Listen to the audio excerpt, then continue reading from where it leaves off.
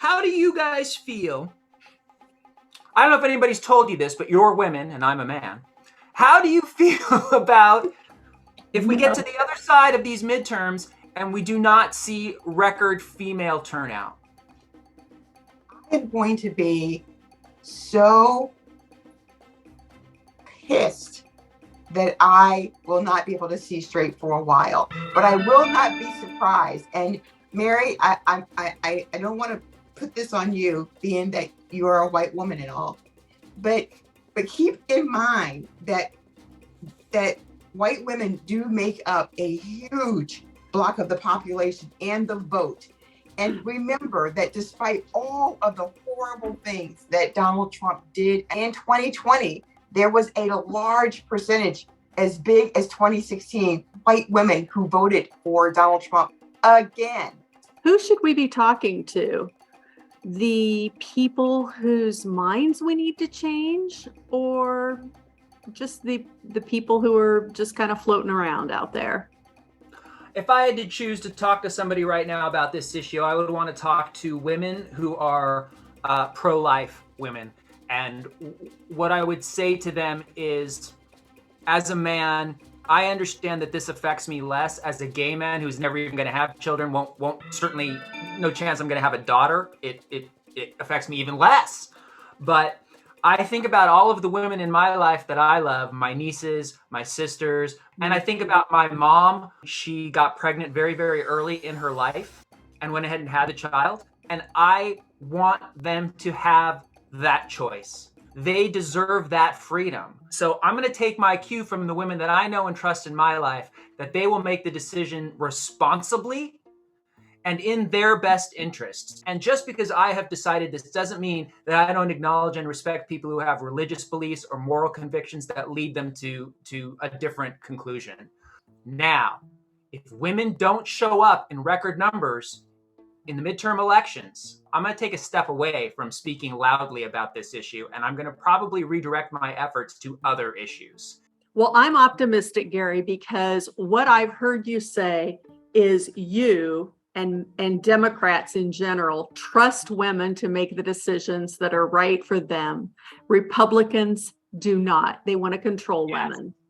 So thank you for being our ally. I take some heat online for my opinions on this. Thank you for taking the heat, and thank you for standing with us, because it's really important for men to step up and to speak up the same way it's important for white allies to stand with Black folks. It's a whole different kind of support, and it's really important. And we, as Fennell pointed out, we all have our work cut out. We know what we have to do. Let's get to work. I'm going to be talking about abortion, the topic that no one wants to talk about. Why don't people want to talk about it? Because it's uncomfortable.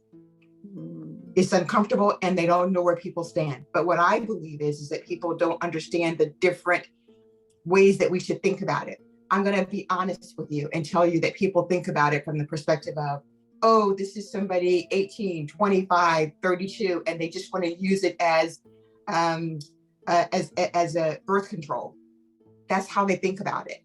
And we have to push back on that kind of narrative and on that kind of thinking, because at the end of the day, I don't care who you are.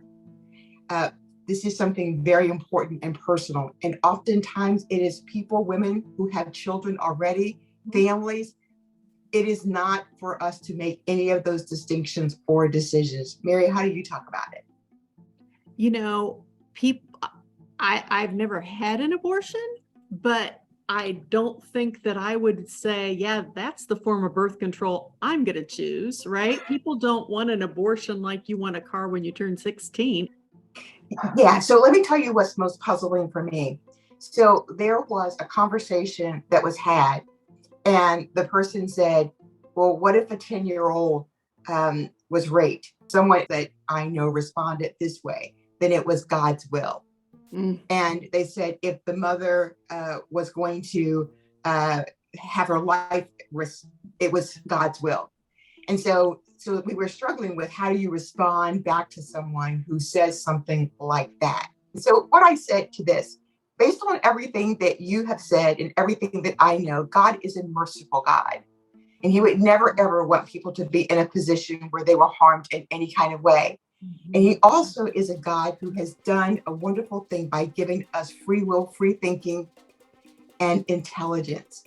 And he would want us to make the decision with our own free will that was right for us. It's not up to you to decide what faith means to someone else.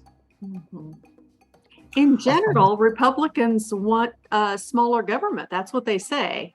And so it's very curious that they are trying to overreach into people's bedrooms and into, people's healthcare choices. Why would they want to do that, The Republicans trying to reach into our bedrooms and make those kinds of decisions for us are very different than when Democrats try to do that. Democrats try to go in there and say, let's allow freedom for people to think for themselves. Republicans only reach in to say, no, that's our solution.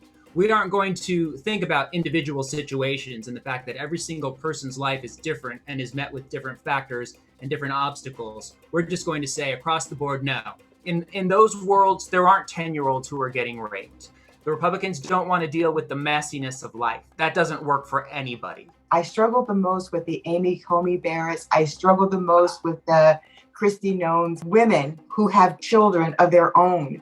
I struggle with them thinking that if they had the decision to make of their 10-year-old child, or if they had the decision to make for themselves of a illness that would cause them to die if they were to continue a pregnancy, I find it hard to believe that they would choose to say, well, the pregnancy isn't viable, but I'm going to just go ahead and die anyway.